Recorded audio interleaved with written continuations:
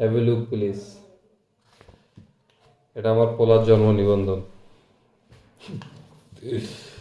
এটা করার জন্য কি কি করা লাগছে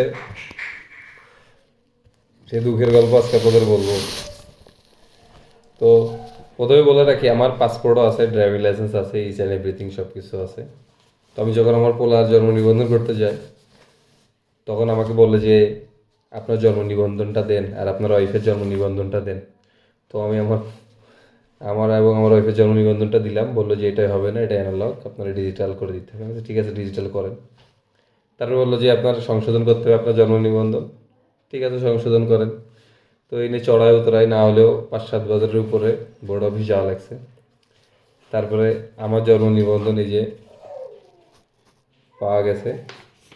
এরপর বলে যে আপনার ওয়াইফের জন্ম নিবন্ধন ডিজিটাল কপি বের করতে হবে। তো ঠিক আছে, বের করে দিন। বের করার 2-3 দিন পরে এবার চেয়ারম্যান মেম্বারে সই করার পরে আবার দিছে এই যে।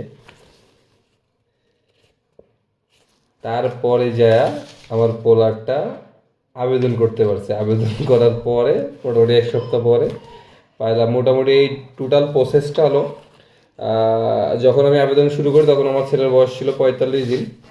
আজ আমার ছেলের বয়স 3 মাস হতে আর 4-5 দিন বাকি আছে, প্রায় 1.5 মাসে একটা লং প্রসেস। তো যে দেশে একটা রাজনৈতিক ব্যক্তিত্বের তারেক রহমানের একদিনে ভোটার আইডি কার্ড হয়ে যায়, সে দেশে আমাদের বাচ্চার জন্ম নিবন্ধনের জন্য 45 দিন, এবং এই 45 দিনে না হলেও 10 থেকে 12 বার আমার দৌড়াদৌড়ি করা লাগছে। এটা হলো বৈষম্য।